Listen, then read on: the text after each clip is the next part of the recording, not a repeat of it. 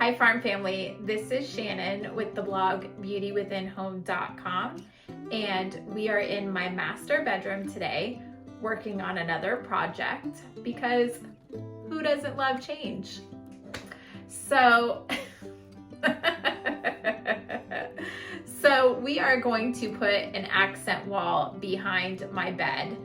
I am going to do Board and Batten. I kind of played around with what to do, but we're going to do Board and Batten, and colors still to be determined, but we're going to work on that today. So we have everything moved back, and let's get started on this wall.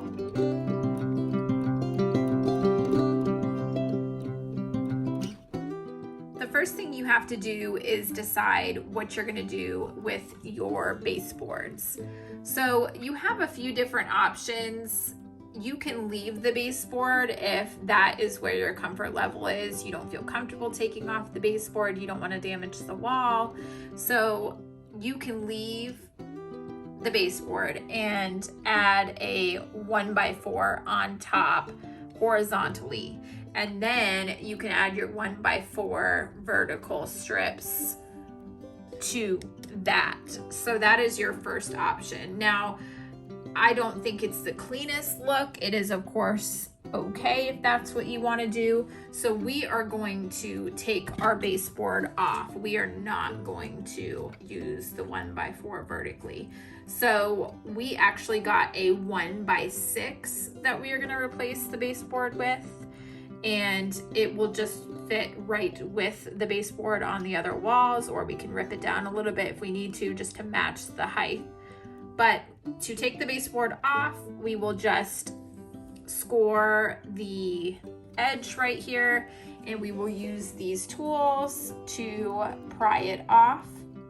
And we have a little tip for you on how to do that without ruining your drywall. So we will give you that tip, and then we will get this baseboard off.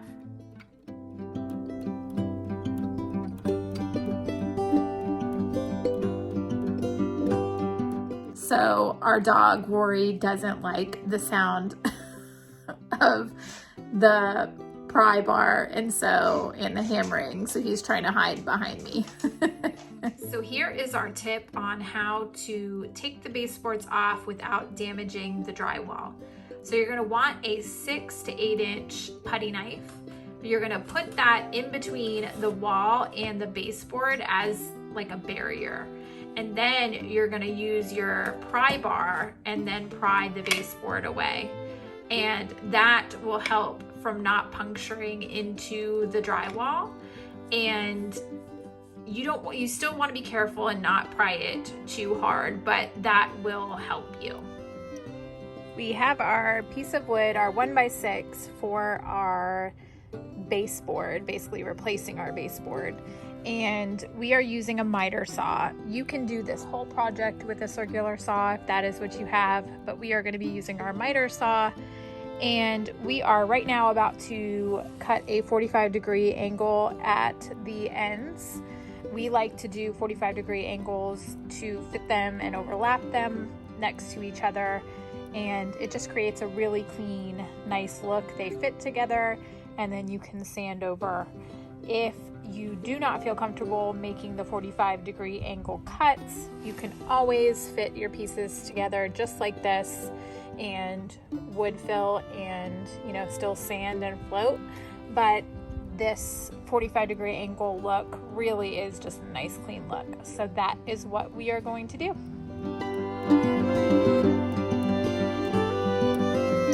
We are now ready to put up our very first board on the wall. And there's my cat. So first thing you need to do is find the studs on this wall. So get out your stud finder, mark with a pencil so you know where they are, and you're gonna wanna nail directly into the studs. We are using our battery operated brad nailer gun. We used to use one with a compressor, but this makes it so nice to be able to bring it anywhere in the house. We are using 1 3/4 inch nails. This is a block style home, and this is an exterior wall. So we don't want to use too long of a nail to where they could bounce back out and poke out of the wood. So verify what length you need, and then let's get this secured to the wall. Let's get our first board up.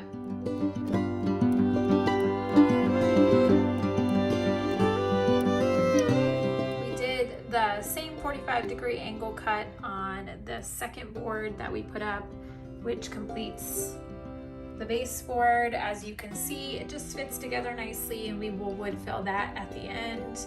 And now it is time to do the top piece. The top piece will be a 1x4.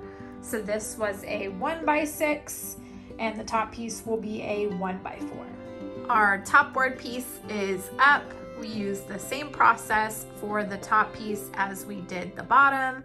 So we cut the 45-degree angles and we nailed it up with our brad nailer gun. It is a 1x4 up there, and now we are working on our side pieces. So we drew an arrow just to show you, you are going to measure from inside piece to inside piece as far as the top and the bottom. So measure that, mark it on your piece of wood, your 1x4, and then you will cut it down to that length. And that'll be your side piece. So let's go make our cut.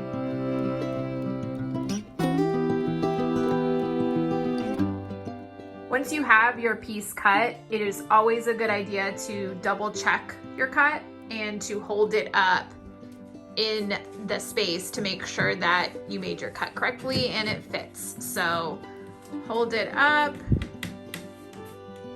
The hubby did a good job and actually cut it correctly. And you're just gonna push it against the wall as much as you can. The wood can be bowed, so just push it against the wall, and then you will nail it up with your brad nailer. And at the end, we will caulk that edge, so don't worry about the spacing, and then we will paint over it.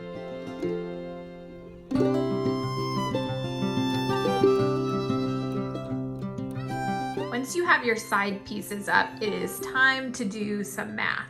So you need to figure out how many openings you would like on your wall.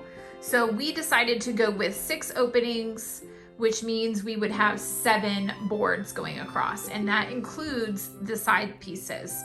So the amount of openings, it's always 1 additional to figure out how many boards you will have. So we will have 6 openings, 7 boards going across, and then we need to figure out the measurement for the space in between the boards.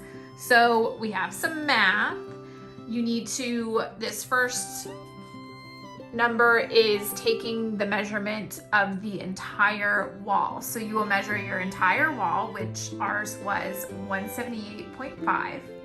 And then you will take your width of your board. So we're using 1x4s. So the actual width is 3.5. And then you times it by the number of boards, which is 7. So 3.5 times 7 equals 24.5. So then you take your entire length of your wall and you minus out the 24.5 number you just got.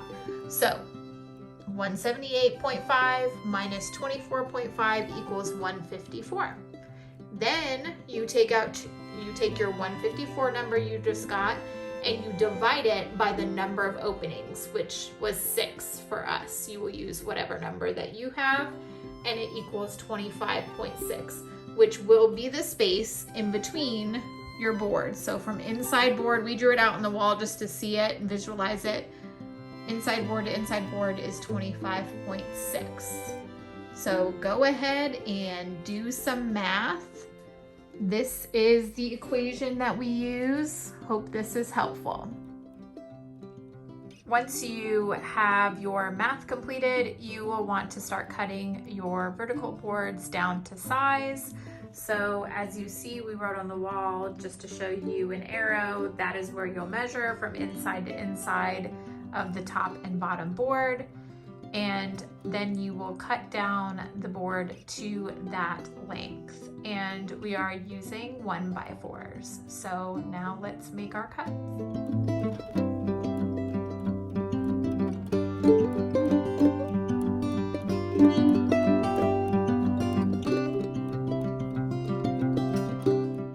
we are nailing up the vertical boards with our brad nailer, you nail in the top and then you use your level to make sure it is level before you nail in the middle and the bottom part.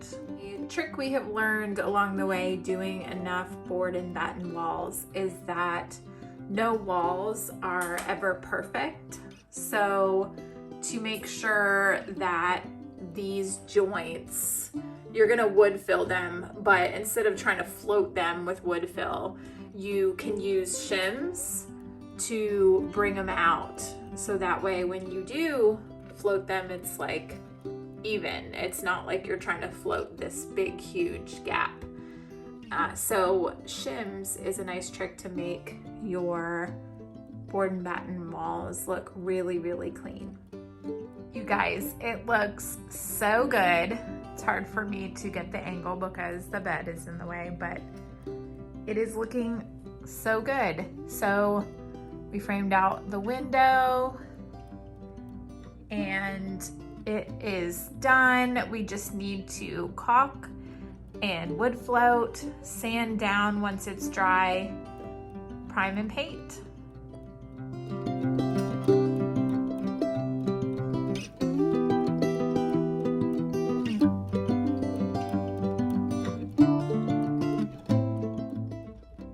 I wanted to show you the final reveal. I did get a new bedroom set, so the wall looks beautiful. Look at how pretty it looks. We absolutely love it. It just adds some warmth in here and just some interest, and it turned out so good. I love it. Absolutely love it. I hope you guys like this project. Please subscribe to my YouTube channel for more do-it-yourself projects, home decor on a budget, and our adventures in our faux Florida farmhouse. Thanks for stopping by.